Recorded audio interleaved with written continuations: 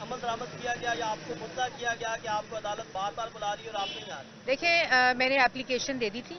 और एप्लीकेशन जब आई तो मुझे वारंट्स मिल गए थे, मौसूल भी हो गए थे और उन्होंने कहा अगली पेशी पे पेश हूँ और उसी तरह मैं अदालत मेरे पीछे कोई क्लैशनकोफ की गाड़ी नहीं है, मेरे पीछे मैंने कोई जज की अल्लाह ना करे हमारे से कभी इस किस्म की गुफ्तगू हो। मैंने अदालत में गई, हाजिरी लगवाई, जज साहिबा वहाँ मौजूद थी, अभी भी केस के जो आर्ग्यूमेंट्स हैं वो जारी हैं और हम इसी तरह, क्योंकि हम नवाज शरीफ साहब के कारकुन हैं, उन्होंने कभी कानून हाथ में नहीं लिया और कभी पब्लिक और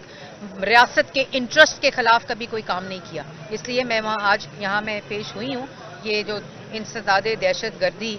टेररिज्म कोर्ट है उसके अंदर, इसी तरह आप भी पेश हों, जवाब दें। जिंदाबाद।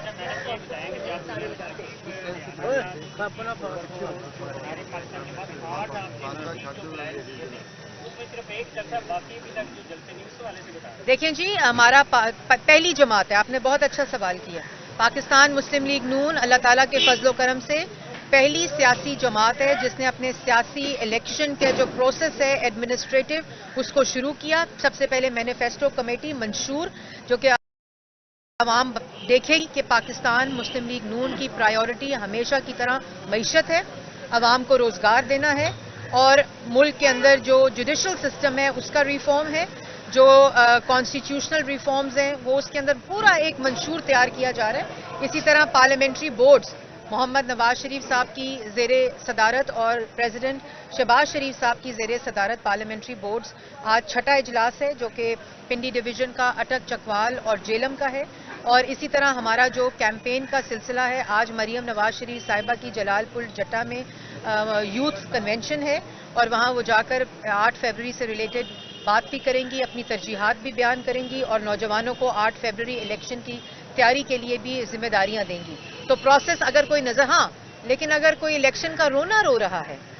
और अगर कोई इलेक्शन के बारे में, तो वो आपको बाकी जमातें नजर आएंगी जो हर रोज टीवी पर बैठकर नवाज शरीफ को चौथी दफा वजीर आजम बनने की मुबारकबाद देती।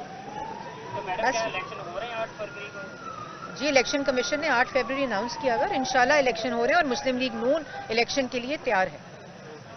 बस जी, जिन लोगों को भी 9 मई में गिरफ्तार किया गया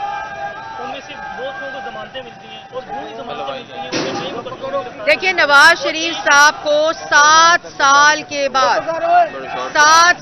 बाद जस्टिस मिल रहा है, इसलिए ये सारी बात जो है वो आपके सामने है। ये तासुर देने की जरूर कोशिश कर रही है लेकिन इसमें कोई किसी किस्म का